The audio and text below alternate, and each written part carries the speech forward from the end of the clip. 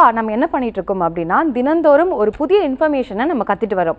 அந்த வரிசையில் இன்னைக்கு நம்மளோட வழக்கறிஞர் ரொம்பவே இன்ட்ரெஸ்டிங்கான இன்ஃபர்மேஷனோட வந்திருக்காங்க. அது என்ன அப்படின்ட்டு நம்ம வழக்கறிஞர்கிட்ட கேட்கலாம். சார், இன்னைக்கு நம்ம மக்களுக்கு என்ன இன்ஃபர்மேஷன் சொல்ல போகிறீங்க சார்?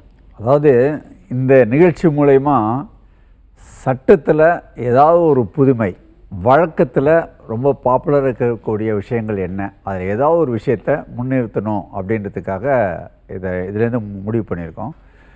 அந்த வகையில் முதல் வேர்டு இது இப்படி பாருங்கள்.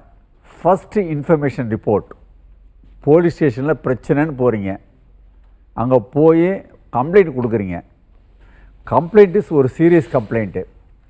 அதை கம்ப்ளைண்ட்டை வாங்கினோன்னே போலீஸ் ஸ்டேஷனில் முதல் தகவல் அறிக்கை, இங்கிலீஷில் ஃபஸ்ட் இன்ஃபர்மேஷன் ரிப்போர்ட், எஃப்ஐஆர்னுவாங்க. அது எல்லாத்துக்கும் பயங்கர பாப்புலரான வேர்டு. அந்த பாப்புலரானது எஃப்ஐஆர் அப்படின்னு சொல்கிறோம் இல்லைங்களா, ஃபஸ்ட் இன்ஃபர்மேஷன் ரிப்போர்ட். அது எல்லோரும் நிறைய பேர் பார்த்துருப்பீங்க. அது கீழேயே ஃபஸ்ட் இன்ஃபர்மேஷன் ரிப்போர்ட்ன்ற ஹெட்டிங் கீழேயே செக்ஷன் 154 சிஆர்பிசி அப்படின்னு போடுவாங்க. இப்போது செக்ஷன் 173 பிஎன்டபிள்எஸ்ன்னு போடுறாங்க. ஆல்ரைட்.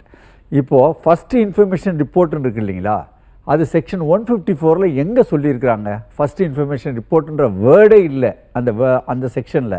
அப்புறம் எதுக்கு தான் அந்த வேர்டு?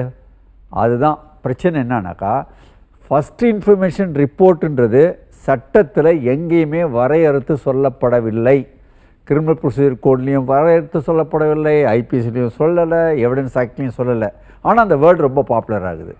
சார், இப்போயே அதை சொல்லியிருக்காங்களா அப்படின்னு கேட்கலாம். சொல்லியிருக்காங்க. முதல் முறையாக 2025 தான் அந்த வார்த்தைக்கு என்ன அர்த்தம்னு வரையறுக்கப்பட்டுள்ள சட்ட வரைமுறைக்கு கொண்டு வந்திருக்காங்க.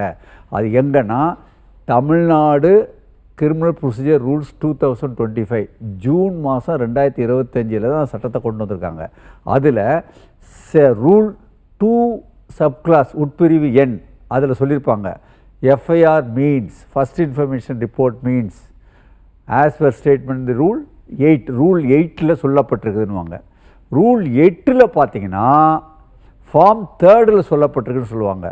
ஃபார்ம் 3 பார்த்தீங்கன்னாக்கா இப்போ உள்ள எஃப்ஐஆர் அப்படியே ஸ்கிரிப்ட் பண்ணியிருப்பாங்க.